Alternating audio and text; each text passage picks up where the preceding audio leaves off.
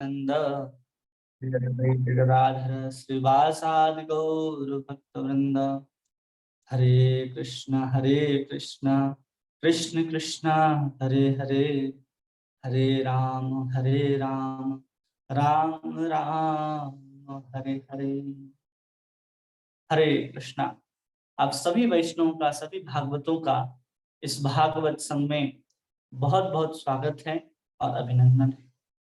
हम लोग भागवतम के प्रथम स्कंद अध्याय 8 के ऊपर चर्चा कर रहे हैं, जिसमें उत्तरा के गर्भ को भगवान कृष्ण ने कैसे रक्षा की, गर्भ के चारों तरफ आवृत होकर के सुदर्शन से रक्षा करते हैं। उसके बाद भगवान के इस आश्चर्यजनक कार्य को यहाँ पर समझाया जाता है कि भगवान कैसे सब संसार के शक्तियों को धारण करते हैं, संसार उनसे उद्भूत होता है और संसार को उद्भूत करने के बाद भी उसका संहार, उनका पालन सब भगवान ही करते हैं। अजन्मा होकर के भी जन्म लेते हैं, उसी प्रकार सामने दिखाई देते हुए भी भगवान उत्तरा के गर्भ की रक्षा करने के लिए गर्भ में प्रवेश करते हैं। आगे हम लोग देखेंगे कि भगवान कैसे अब जाने की तैयारी शुरू करते हैं। श्लोक संख्या 17। ब्रह्म तेजो विनिर्मुक्ते आत्मजे सह कृष्णया परायणाभिमुखं कृष्णा मदिमाह प्रकाशति। इस प्रकार ब्रह्मास्त्र के विकिरण से बचकर भगवान की भक्त सती कुंती अपने 5 पुत्रों और द्रौपदी के साथ कृष्ण को, जो घर के लिए प्रस्थान करने को उद्धत थे, इस प्रकार संबोधित किया। भगवान अब क्या कर रहे हैं? बचाने के बाद अब वापस द्वारिका जाने के लिए तैयार हुए। उत्तरा जब आई थी, उस समय भी भगवान तैयार ही हो रहे थे रथ में बैठने के लिए, और अभी भी भगवान रथ में बैठ करके जाने के लिए तैयार ही हो रहे हैं। उस समय माता कुंती आती है और इस प्रकार संबोधित करती है। तात्पर्य में प्रभुपाद कह रहे हैं कि भगवान श्री कृष्ण के प्रति अनन्य भक्ति के कारण कुंती को यहाँ पर सती कहा गया है। अब उसके मन को आगे दी हुई भगवान की स्तुति में व्यक्त किया जाएगा। भगवान का सच्चा भक्त कभी अन्य किसी से, यहाँ तक कि संकट से उबरने हेतु भी किसी जीव या देवता से दया की भीख नहीं मांगता। जो अनन्य भक्त होता है वो कभी भी किसी ऐसे व्यक्ति से दया की भीख नहीं मांगेगा जो भगवान के सामने भगवान के लिए पूर्ण समर्पित है, भगवान के प्रति अनन्यता है। लेकिन हमारे जीवन में हम लोग देखते हैं कि भगवान की हम लोग भक्ति करते हैं, लेकिन जैसे ही कोई संकट आता है तो हम लोग किसी अन्य देवता, अन्य देवी, अन्य किसी व्यक्ति के पास चले जाते हैं और हम लोग चाहते हैं कि हमें इस मुसीबत से निकाल ले। और यहाँ पर हर मुसीबत के समय भगवान उपस्थित हैं। यही अनन्यता को यहाँ पर प्रभुपाद कह रहे हैं कि कभी भी किसी के शरण में नहीं जाता। यही विशेषता निरंतर समस्त पांडव पुण्य बनी रही और यही हमेशा बना रहा। पूरे के पूरे जीवन काल में देखेंगे तो कितनी भी विपरीत परिस्थितियां आई, लेकिन पांडव हर बार केवल भगवान श्री कृष्ण के चरणों में ही अपने आप को समर्पित रखते थे। किसी अन्य के पास आश्रय लेने के लिए नहीं जाते थे। भगवान कृष्ण ने जो आदेश दिया उस कार्य को करते थे, उसके अलावा उनका कोई जीवन नहीं था। वे भगवान कृष्ण के अतिरिक्त अन्य किसी को नहीं जानते थे। भगवान भी सभी परिस्थितियों में भी हर प्रकार से सहायता करने को उद्धत रहते थे। यह भगवान का दिव्य स्वभाव है। वे भक्त की निर्भरता को पुरस्कृत करते हैं। ये भगवान का दिव्य स्वभाव भी है कि जो भगवान पे समर्पित होता है, भगवान अपने समर्पित भक्त की जो भी इच्छाएं हैं, जो भी उसकी जरूरतें हैं, जो भी विपरीत परिस्थितियां हैं, जो भी संकट काल आते हैं, उसमें भगवान उसकी रक्षा करने के लिए हमेशा उपस्थित रहते हैं। हर बार उसको पुरस्कार देने का प्रयास करते हैं कि तुम मेरे ऊपर अगर आश्रित है तो मेरे ऊपर आश्रित रहने वाले भक्तों का कभी विनाश नहीं होता। हमेशा किन्हीं भी विपरीत परिस्थितियों में वो भगवान के ही साथ रहते हैं और भगवान की सेवा करते हैं और भगवान भी उनकी सेवा करते हैं। पूरे पांडवों की अगर सेवा देखी जाए तो पांडव भी कर रहे हैं और कृष्ण भी उनकी सेवा कर रहे हैं। ये दोनों यहाँ पर देखने के लिए मिलता है। इसलिए जो भक्त भगवान के शरणागत होता है उसको भगवान इस तरह के कृपा के द्वारा उसको पुरस्कृत करते ही रहते हैं। मनुष्य को चाहिए कि अपूर्ण जीवों या देवताओं से सहायता की याचना न करे। हमें चाहिए कि अपूर्ण जीव और देवताओं से कृपा की याचना न करे, सहायता की याचना न करे, क्योंकि एक जीव है वो भी अपूर्ण है और देवता भी पूर्ण नहीं है, वो भी भगवान की कृपा के ऊपर ही आश्रित रहते हैं। जो सब कोई भगवान की कृपा पर आश्रित है, तो हम किसी देवी देवता पर क्यों आश्रित होते हैं? हम भी भगवान के ऊपर ही आश्रित होंगे। जब इतना ही सुख है भगवान के आश्रय लेने में, तो हम क्यों इधर उधर जाते हैं? क्योंकि हमें अभी तक पूर्ण विश्वास कृष्ण के ऊपर नहीं है। कई बार हम लोग कहते हैं ना, चैतन्य चैतामृत में कृष्णदास कविराज गोस्वामी कहते हैं कि श्रद्धा शब्द विश्वासे कहे दृढ़ निश्चय, कृष्ण भक्ति कैले सर्व कर्म कृत है। कि हम जब कृष्ण की पूजा करते हैं तो किसी अन्य की पूजा करने की आवश्यकता रही नहीं जाती, चाहे कोई भी स्वरूप हो। हम कृष्ण को पूजते हैं, कृष्ण को मानते हैं, तो हमारे लिए कृष्ण ही हमारे सर्वस्व है। अब कृष्ण को हम सर्वस्व मानते हैं तो किसी अन्य देवी देवता की के शरण में जाना, उनके लिए व्रत, उनके लिए पूजा, उनके लिए उपवास, ये सब कोई महत्व नहीं रह जाता। अगर आप कृष्ण से श्रेष्ठ समझते हैं उनको, जो भी अन्य देवता हैं, देवी हैं, तब आपको भयभीत होने की आवश्यकता पड़ती है कि नहीं, अगर हम इनकी पूजा नहीं करेंगे तो ये नाराज हो जाएंगे, हम इनकी पूजा नहीं करेंगे तो ये नाराज हो जाएंगे। कब? जब हमारी ऐसी बुद्धि होती है कि कृष्ण से बढ़कर भी और कोई वस्तु है। लेकिन कई बार हमें मालूम है कि कृष्ण से बढ़कर के कोई वस्तु नहीं है, फिर भी हम अपने विश्वास के कारण कि हम थोड़ा सा कर ही लेंगे तो क्या हो जाएगा, कर लेंगे तो कुछ नहीं, आपकी अनन्यता जो है वो भंग हो जाती है। आपका जो सतीत्व है, जैसे आप एक पति के परायण हैं, आप अपने पति से ही सब कुछ मांगते हैं, एक पत्नी अपने पति से ही सब कुछ मांगती है। लेकिन कभी ऐसा आए कि किसी पर पुरुष के पास जाकर के कोई भी वस्तु मांग ले, बहुत छोटी से छोटी वस्तु हो, उससे फर्क नहीं पड़ता, लेकिन आपकी जो सतीत्व है, आपकी जो अनन्यता है अपने पति के प्रति, वो समाप्त हो जाती है। उसी प्रकार भगवान के प्रति हम समर्पित हैं, तो हम भगवान से ही सब कुछ मांगेंगे, चाहे हमको जो भी चाहिए होगा, हम अपने कृष्ण से ही चाहते हैं। इसलिए यहाँ पर कहा जा रहा है कि कभी भी हमें अपूर्ण जीव और किसी देवता के ऊपर आश्रित नहीं रहना चाहिए। किसी भी सहायता के लिए, हर बात के लिए हमें भगवान के पास जाना चाहिए, हर काम के लिए। कहते हैं कि अकामः, कोई कामना ना हो तो भी सर्व काम होगा, सब कामनाएं हो संसार के तो भी मोक्ष काम उदार दी, कि हमें मोक्ष की भी कामना हो तो भी कृष्ण के पास जाना चाहिए। संसार की कामना है तो भी जाइए, मोक्ष की कामना है तो भी जाइए, कोई कामना नहीं है तो भी जाइए। अकामो सर्व कामो वा मोक्ष काम उदार दी, त्रिवेण यजे, त्रिवेण भक्ति योगेन यजेत पुरुषं परम। कि अगर कोई तीव्र भक्ति करता है, तीव्र भक्ति करता है भगवान कृष्ण की, तो उसे सब कुछ प्राप्त हो जाता है। जिसके अंदर मोक्ष की कामना रहती है वो धीरे धीरे अकाम हो जाता है।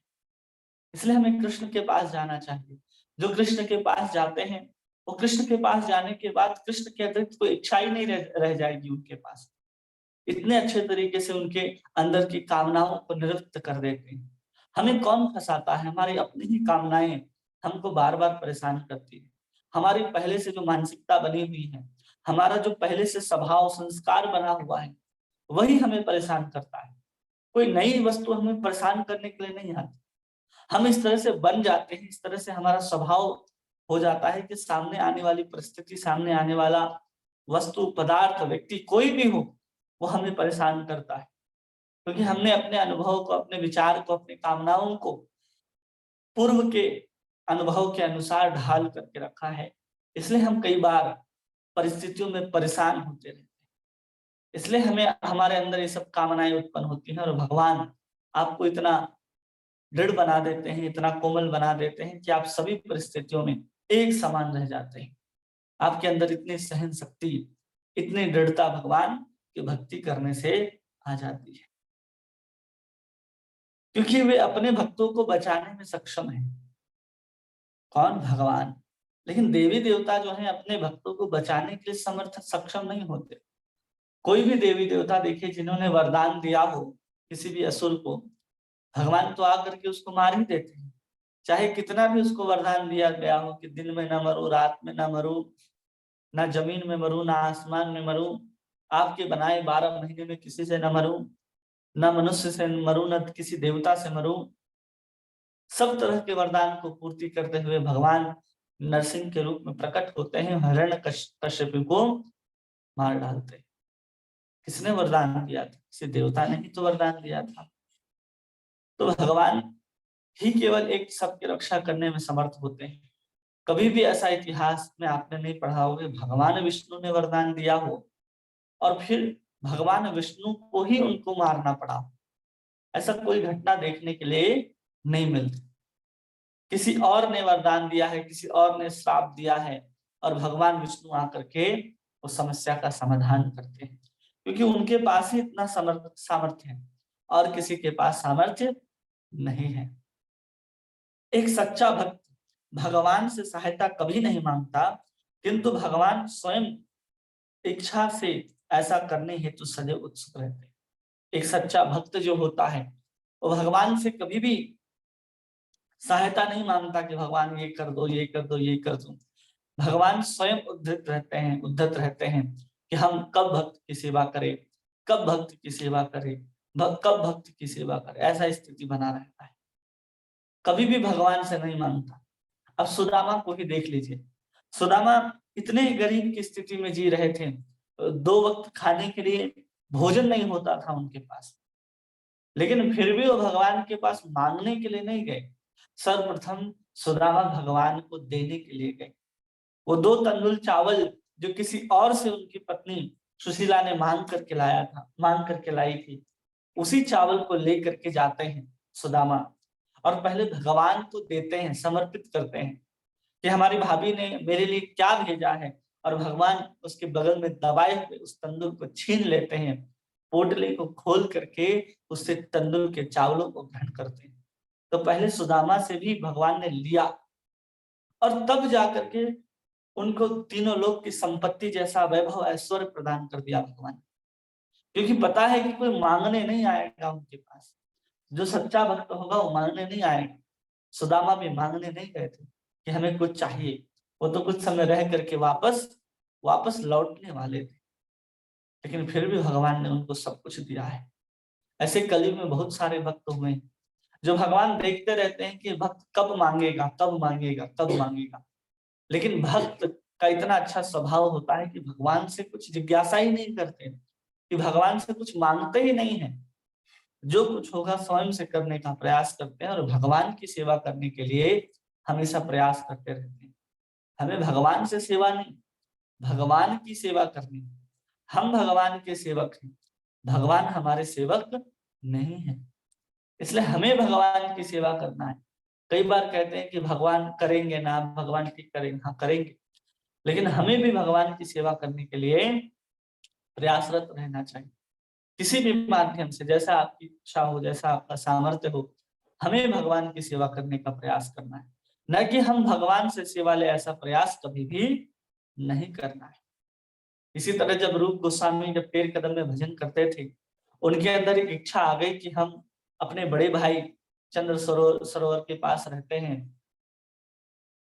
वो सनातन गोस्वामी आए मिलने के लिए, तो उनको चाहते थे खीर खिलाए।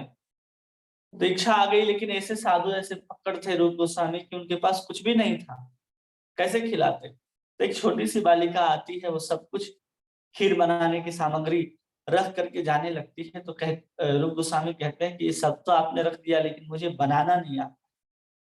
तो वहां पर छोटी सी बालिका ने सब कुछ खीर वीर सब बनाया, और जब सनातन गोस्वामी आते हैं, सनातन गोस्वामी को सुंदर खीर जब प्रदान किया जाता है, तो जैसे ही चखते हैं तो उनके अंदर अष्ट सात्विक विकार उत्पन्न होने लग जाते हैं।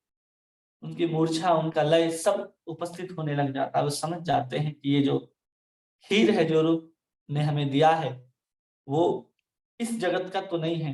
वो पूछते हैं कि बताओ ये सब कुछ तुम्हारे पास कहाँ से आया? तो बताते हैं कि एक छोटी सी बालिका आई थी और उन्होंने सब कुछ बना करके दे करके गई है।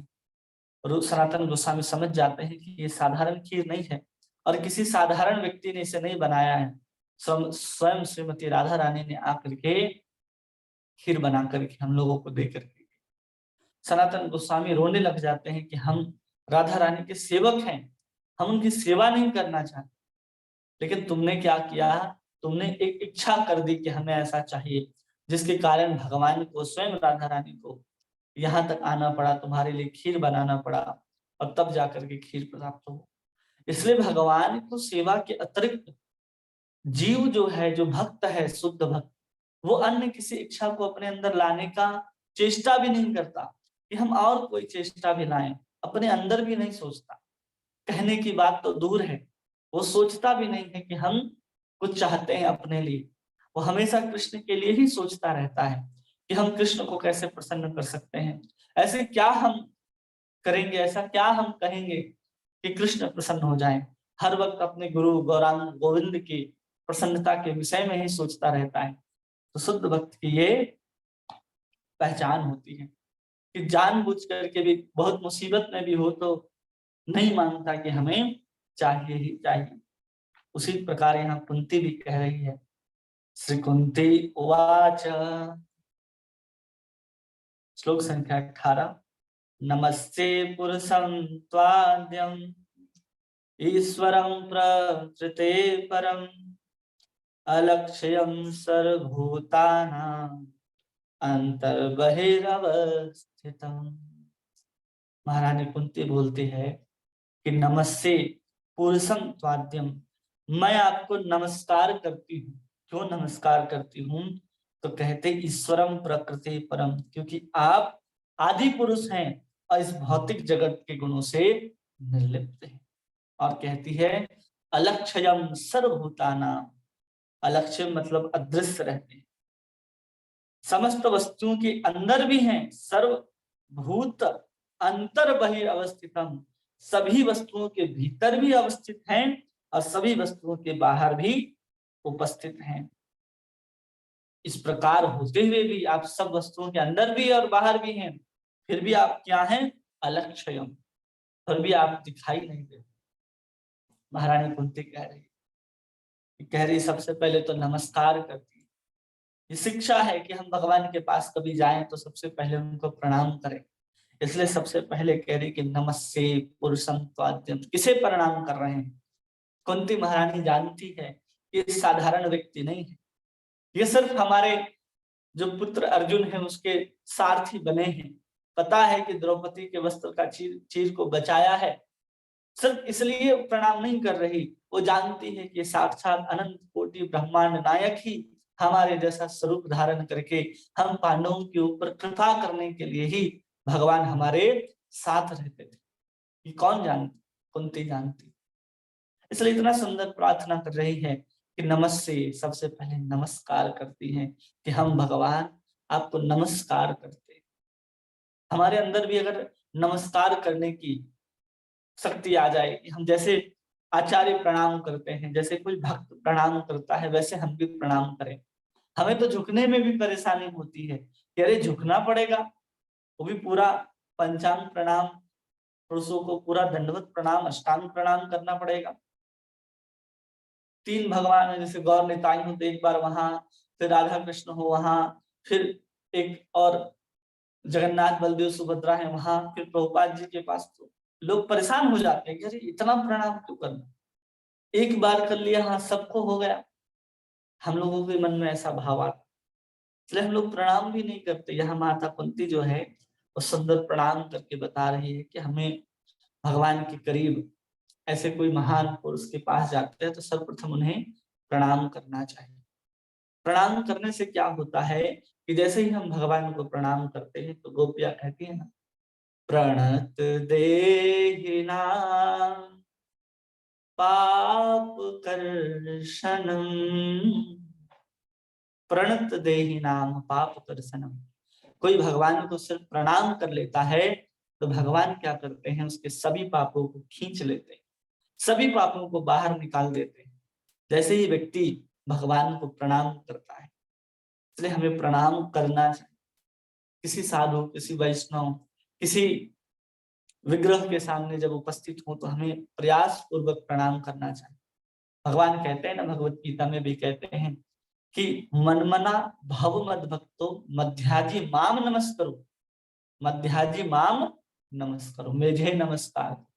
केवल नमस्कार करने से भी भगवान कह रहे हैं कि तुम मेरे पास आ सकते हो, लेकिन हम लोग प्रत्येक दिन भगवान को नमस्कार भी नहीं करते।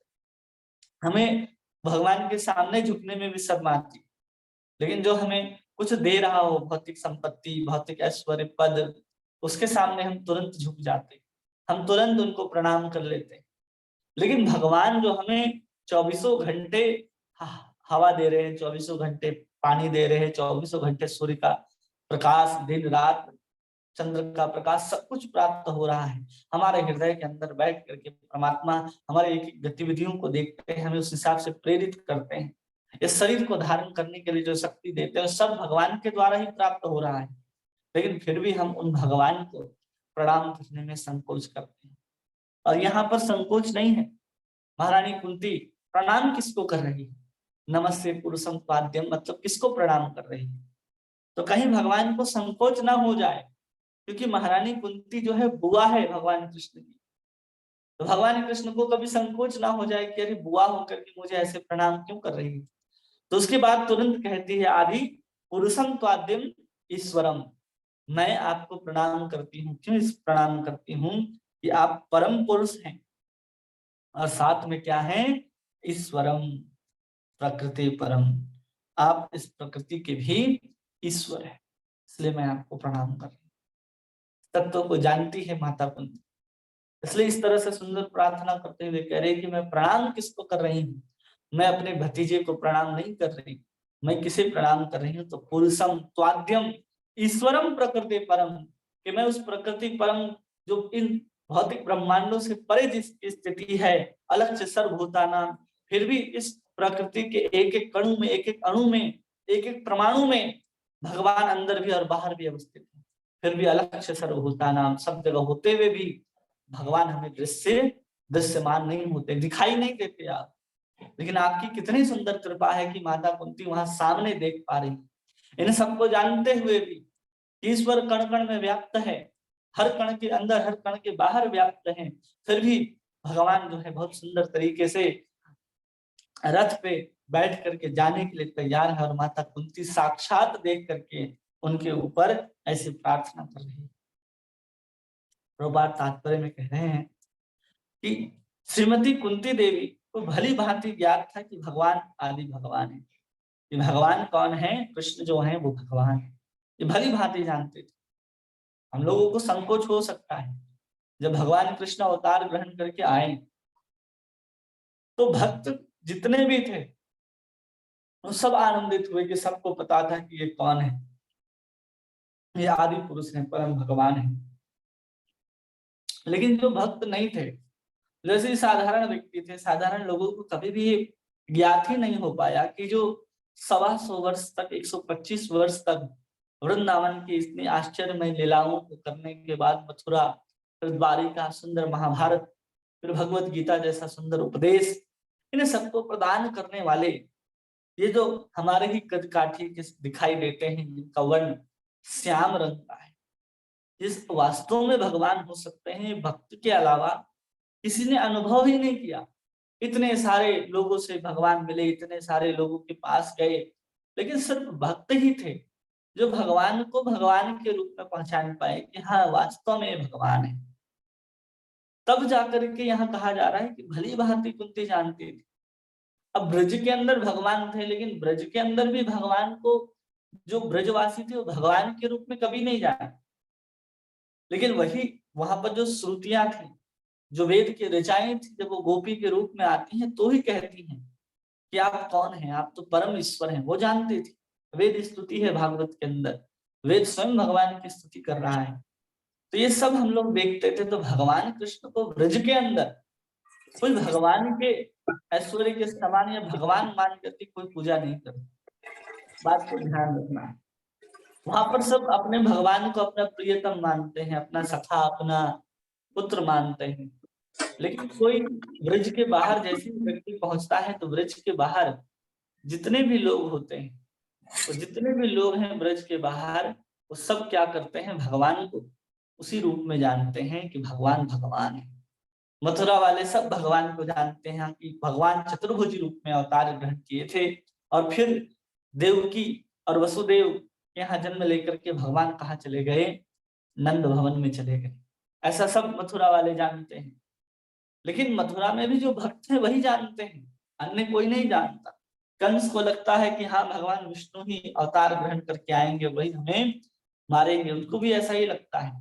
लेकिन कृष्ण जो है इतने परम ईश्वर भगवान हैं, ये केवल भक्त ही जानते थे। जिसमें यहाँ कुंती महारानी है, जिसमें उद्धव है, जिसमें विदुर है। महाभारत की घटना में देखे तो भीष्म पितामह है, द्रोणाचार्य है, कृपाचार्य हैं, वेद व्यास हैं, कर्ण है। ये जानता था कि कृष्ण कौन है। ये लोग को पता है कि साक्षात कृष्ण है। समय दुर्योधन है, उसको भी बुद्धि था कि ये कृष्ण है, लेकिन कभी भी कृष्ण के प्रति जैसा व्यवहार होना चाहिए, भगवान के सामने जैसा व्यवहार होना चाहिए था दुर्योधन का, तो दुर्योधन ने कभी वैसा व्यवहार नहीं किया। उसकी बुद्धि वैसी काम ही नहीं करती थी। वो समझ पाता कि भगवान है। इसलिए कहा जाता है कि अगर कोई भक्त ना हो और भक्ति ना करता हो, और फिर भी भगवान आपके समक्ष आ जाए, तो ना आप उनको पहचान पाइएगा, ना आपके ऊपर कृपा होगा। वैसे एक घटना आती है तुलसीदास जी के, अगर जीवन चरित्र में पढ़ेंगे तो तुलसीदास जी एक साधारण, उनके बचपन में ही उनके माता पिता दोनों चले गए। अब दोनों चले गए तो उनको खान पान के लिए समस्या होती थी, तो कहते हैं कि माँ पार्वती स्वयं उसको दुग्ध पान तुलसीदास जी को कराने के लिए आती थी। बाद में वो बनारस में जाकर के अध्ययन भी करते हैं, और फिर उनको पता चलता है कि हमें मिलना है, भगवान से मिलना है, भगवान से मिलना है। तो हनुमान जी उनको बताते हैं कि तुम चित्रकूट चले जाओ, और चित्रकूट में भगवान का तुम्हें दर्शन होगा। तो एक बार क्या हुआ कि वहां पर जब परिक्रमा दे रहे थे चित्रकूट में तुलसीदास जी, तो भगवान पीछे से आते हैं और बगल से निकल जाते हैं। बगल से निकल जाते हैं, तुलसीदास जी उनको देखते भी हैं, लेकिन पहचान नहीं पाते। तो हनुमान जी के पीछे से आते हैं और कहते हैं कि तुमने दर्शन नहीं किया, तुमने प्रणाम नहीं किया, आपके सामने से तो भगवान चले गए। तब तुलसीदास जी को बहुत अफसोस होता है कि हम नहीं पहचान पाए। फिर दूसरी बार क्या होता है, ठीक है अब फिर से मिलेंगे, तो कब मिलेंगे? तो हनुमान जी कहते हैं कल मिलेंगे। ठीक है। तो वहां बहुत सुंदर तुलसीदास जी जो हैं वो बैठे हुए थे, उनके पास तो कुछ था नहीं। तो वहां पर बहुत सारे लोग चंदन लगाने के लिए आते हैं, तो वैसे ही चंदन लगा रहे थे। तो वहां पर एक व्यक्ति से चंदन मांगते हैं तुलसीदास जी, और जिनसे चंदन मांगते हैं, और जैसे ही चंदन प्राप्त होता है तुलसीदास जी को, हनुमान जी प्रकट हो जाते हैं और कहते हैं कि जिनसे आप चंदन ले रहे हो ना, यही भगवान श्री रामचंद्र है। तब ज्ञान होता है तुलसीदास जी को। उसी प्रकार हमारे जीवन में भक्ति ना हो, कोई संत ना हो, तो हम पहचान नहीं सकते कि यही भगवान है। इसी प्रकार जब जनक महाराज के यहाँ राम और लक्ष्मण दोनों गए, दोनों जाने के बाद वहां जनक जी पूछते हैं बताइए ये दोनों कौन है। तब जाकर के वहां विश्वामित्र जी ने बताया कि दोनों दशरथ के पुत्र राम और लक्ष्मण हैं, स्वयं परब्रह्म है। तब वहां ज्ञान हुआ। ऐसे किसी को ज्ञान नहीं होता कि कौन है ये। कोई नहीं समझ पाता भगवान को बिना भक्ति के, बिना भक्त की कृपा के। इसलिए अपने जीवन में भक्तों का होना, भक्ति का होना आवश्यक है कि अगर हमारे सामने भी भगवान ऐसे आए, कभी अनजाने में भी आ जाए, कुछ लेकर कुछ दे करके चले जाए, तो हमें इस चीज का एहसास हो कि हमने जिसका दर्शन किया वो कौन थे, हमने जिनको देखा, जो प्राप्त हुआ हमें, वो कौन थे, भगवान थे। ऐसा अनुभव होना चाहिए, ऐसा ज्ञान होना चाहिए।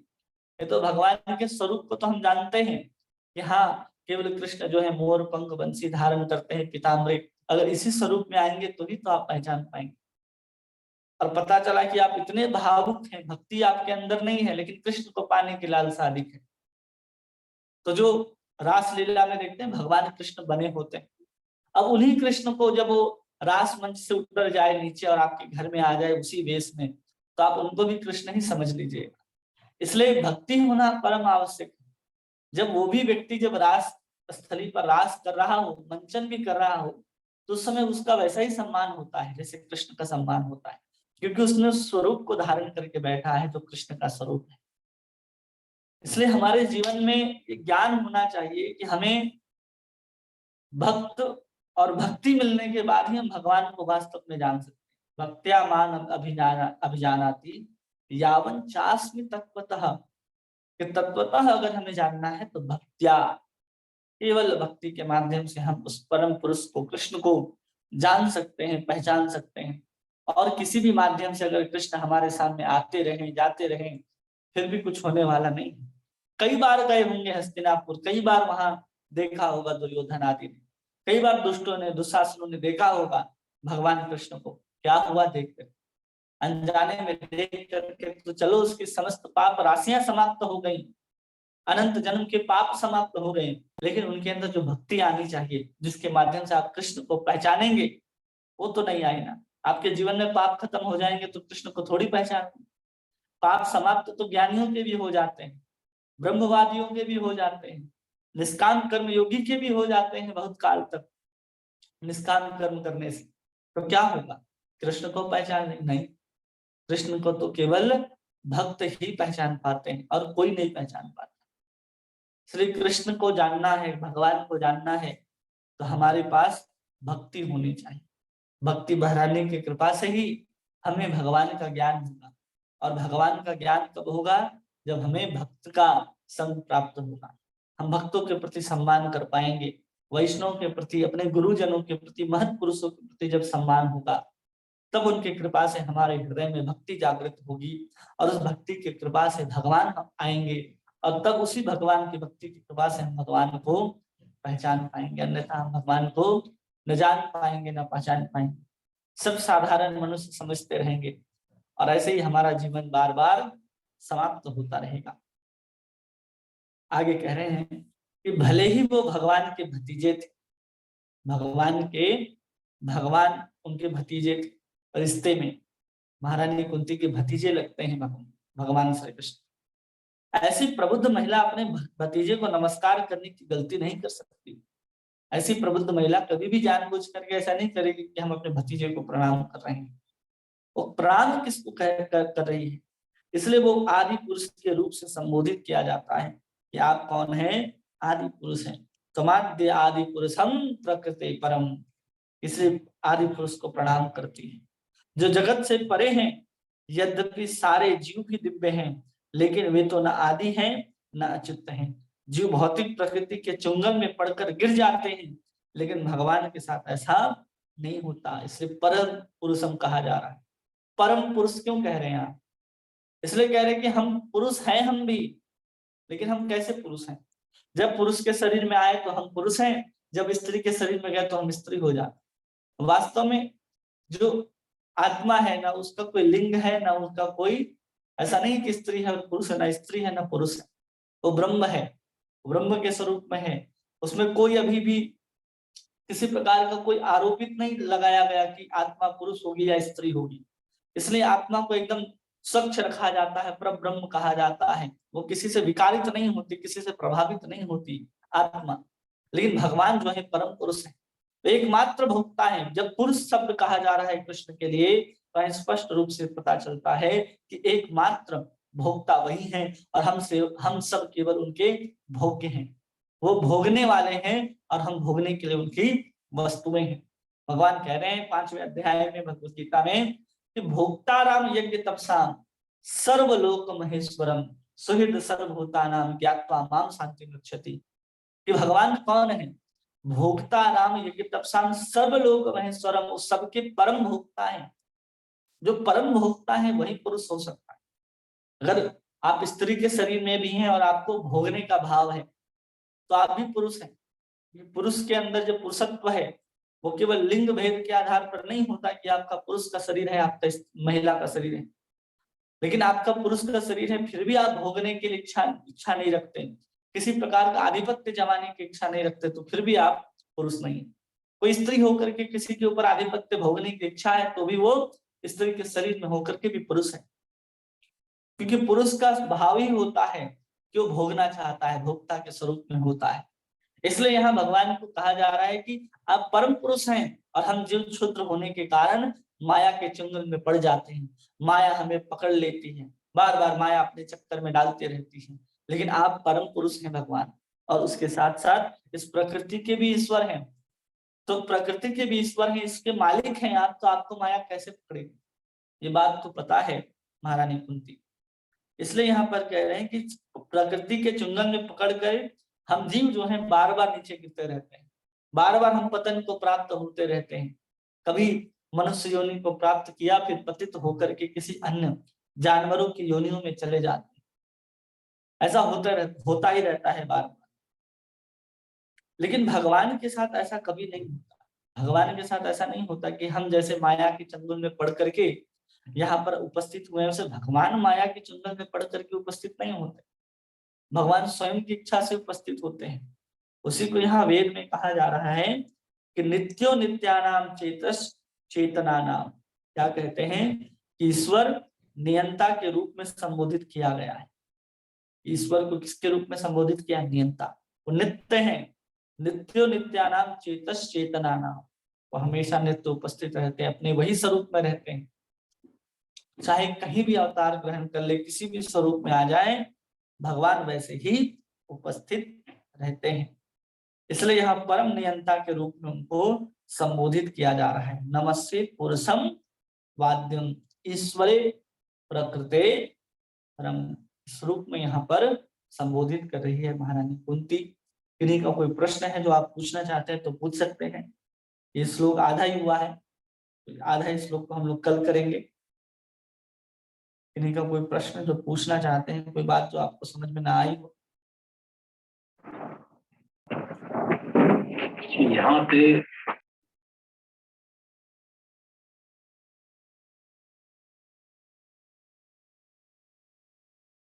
हरे कृष्णा। हरे कृष्ण प्रभु जी, प्रणाम। हरे कृष्णा। बहुत अच्छी तरह से समझ में आया प्रभु जी, और काफी कुछ जो है जो हम लोग अभी उलझे हुए थे उधर उधर, और इसमें काफी हम लोग पीछे बहुत रहे प्रभु जी। अभी भक्ति का मार्ग ही हम लोग नहीं पकड़े रहे। हम लोग तमाम देवी देवताओं को भी साथ में बिना ध्यान सोचते कि वो कहीं नाराज ना हो जाएं, नाराज ना हो जाएं, इसलिए उसमें आदमी जो है परेशान होकर के जो अपनी जो अनन्य भक्ति जो है भगवान कृष्ण के प्रति पैदा नहीं हो पा रही थी। लेकिन समझ में आया कि पूर्ण तो केवल भगवान कृष्ण ही हैं, और उनको ही ध्यान करना, उनका ही भजन करना, सबका भजन हो जाएगा, और किसी का आवश्यकता ही नहीं।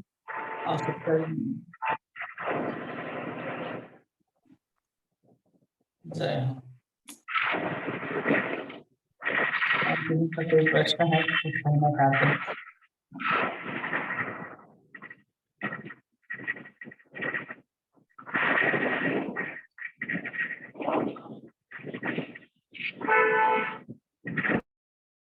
और किन्हीं का कोई प्रश्न? तनु माता जी, मीनू माता जी। हरे कृष्णा प्रभु जी, दंडवत प्रणाम। हरे कृष्णा, दंडवत प्रणाम। प्रभु जी अच्छे से समझ आया, क्लियर थी, हर चीज क्लियर थी, समझ आया।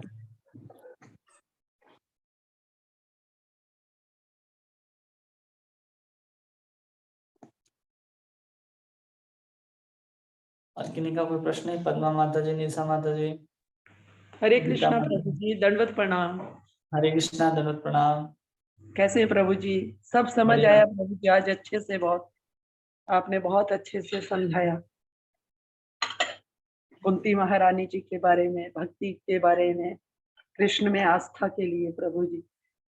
अब हम लोगों की आस्था नहीं है, सही बात है प्रभु जी, शायद विश्वास नहीं है, इसीलिए हम आगे नहीं बढ़ पाते भक्ति में। बहुत अच्छा था प्रभु जी, बहुत ही अच्छी।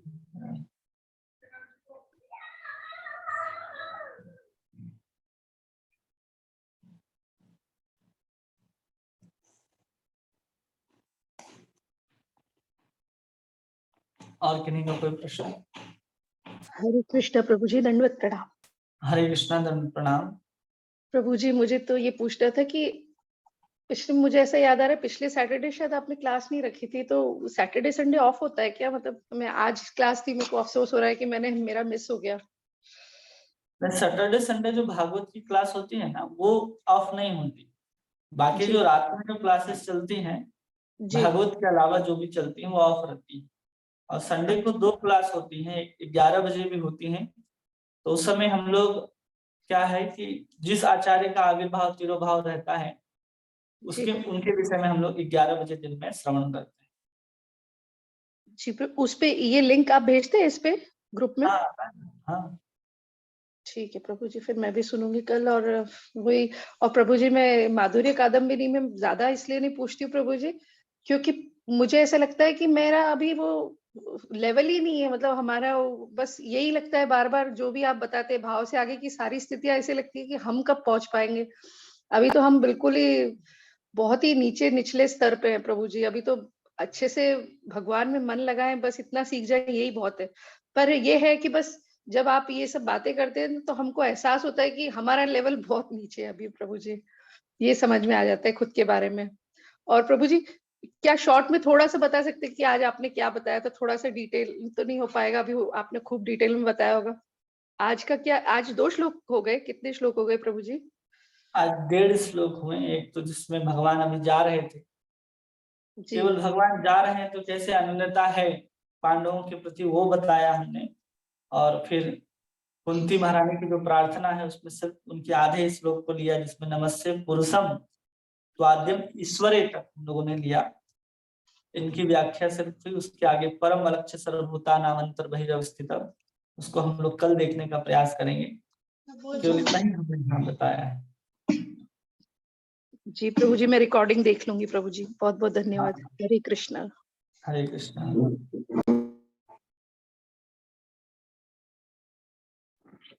और किन्हीं भक्त को हरे कृष्णा दंडवत प्रणाम प्रभु। हरे कृष्णा धनु प्रणाम प्रभु। मेरा मेरा तो कुछ क्वेश्चन नहीं है प्रभु, ठीक है समझ में आया प्रभु। हरि को ये 11 बजे प्रभु जी कौन सा क्लास चलता है?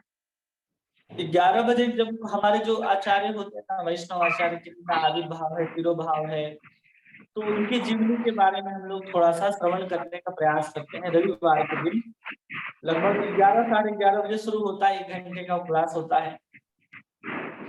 केवल इसी आचार्य पर लिंक भेज दीजिए। हाँ, उसका भी लिंक लिंक उसका आता है। कितना इसी पर आता है प्रभु जी? हाँ, इसी पर आता है। ठीक है प्रभु। ठीक है। जय राम। और उषा माता जी। हरे कृष्णा दंडवत प्रणाम प्रभु जी। हरे कृष्णा दंडवत प्रणाम। मुझे मुझे पूरा वीडियो फिर से सुनना है प्रभु जी। कल थोड़ा कार्यक्रम था तो प्रॉब्लम हो गई, थोड़ी सी थकान बहुत थी, तो मैंने अच्छे से सुना नहीं, लेकिन कुछ कुछ छूटते गया कुछ, तो मुझे एक बार पूरा सुनना है। वैसे आप बताए तो बहुत अच्छे, आपका कोई ये नहीं, हमारे लोग सुनने में ही थोड़ा कम ज्यादा हो जाता है प्रभु जी। और कल आपने वो, हाँ बोलिए ना। कल रात का ही जो आपने नहीं सुना। कल का रात का तो सुना ही नहीं प्रभु जी, अटेंड ही नहीं कर पाया क्योंकि घर में एक प्रोग्राम था। और अभी का भी 15 मिनट सामने का छूट गया, मतलब 8 बजे से स्टार्ट किया था तो शायद छूट गया।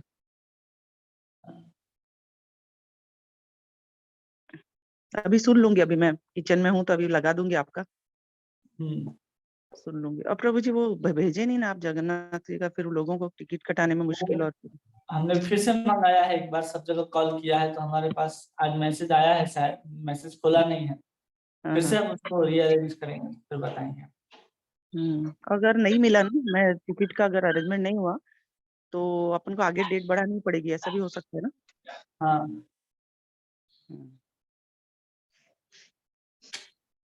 हरे कृष्णा प्रभु जी। हरे कृष्णा। हाँ, आपका क्लास जब से सुनने लगी हूँ, मुझे तो ऐसा लगता है कि सही में इतना दिन कैसे नहीं सुनी, इतना अच्छा मिस कैसे कर दी हूँ। मुझे अभी इतना अच्छा लग रहा है कि अब जितना समय मुझे मिलता है सुबह से लेके रात तक भी, तो आपके कहे अनुसार चलने की कोशिश कर रही हूँ प्रभु जी। माला भी आप जितना बोले कि बढ़ाते जाना, मैं कोशिश कर रही बढ़ाने के लिए, और भगवान की कृपा से और आपके मार्गदर्शन से हो रहा, संभव हो रहा धीरे धीरे। होगा। भगवान चैतन्य महाप्रभु सबके ऊपर कृपा कलयुग के ऊपर बरसा ही रहे हैं, तो हम लोग भी जी। उसी कलयुग के पतित जीव हैं, तो हमारे ऊपर भी चैतन्य महाप्रभु की कृपा रहेगी। हम लोग इसी उम्मीद के साथ इस जीवन में भक्ति को स्वीकार किए हैं, तो हमें भी प्राप्त हो जाए। वैसे कृपा सबके ऊपर है, बस हम लोगों को अपना प्रयास करना है उस कृपा को पकड़ने के लिए। जी। हमारे साथ भी वैसे ही होगा। और माधुर्य कादम्बिनी का आपने कल पीडीएफ भेजा, मैंने रात रात रात तक मतलब आंख दुखने लग गया था देखते देखते उसको। पीडीएफ है ना, तो थोड़ा सा उम्र के हिसाब से आंख चश्मे का भी थोड़ा प्रॉब्लम हो जाता है, लेकिन बहुत अच्छा लग रहा था। ऐसा लग रहा था काश मैं पूरा पढ़ पाती। इसका बुक नहीं मिलता है क्या प्रभु जी? बुक मिलता है, ऑनलाइन परचेस कर सकते हैं, या कभी आप वृंदावन जाएं तो जी, वृंदावन से आप खरीद सकते हैं। वृंदावन में है। अच्छा। हाँ। बुक प्रभु जी मैं माता जी मैं मंगाया हूँ, तो ऑनलाइन ही मंगाया था, आ गया था। कितना कितना पड़ा प्रभु जी आपको?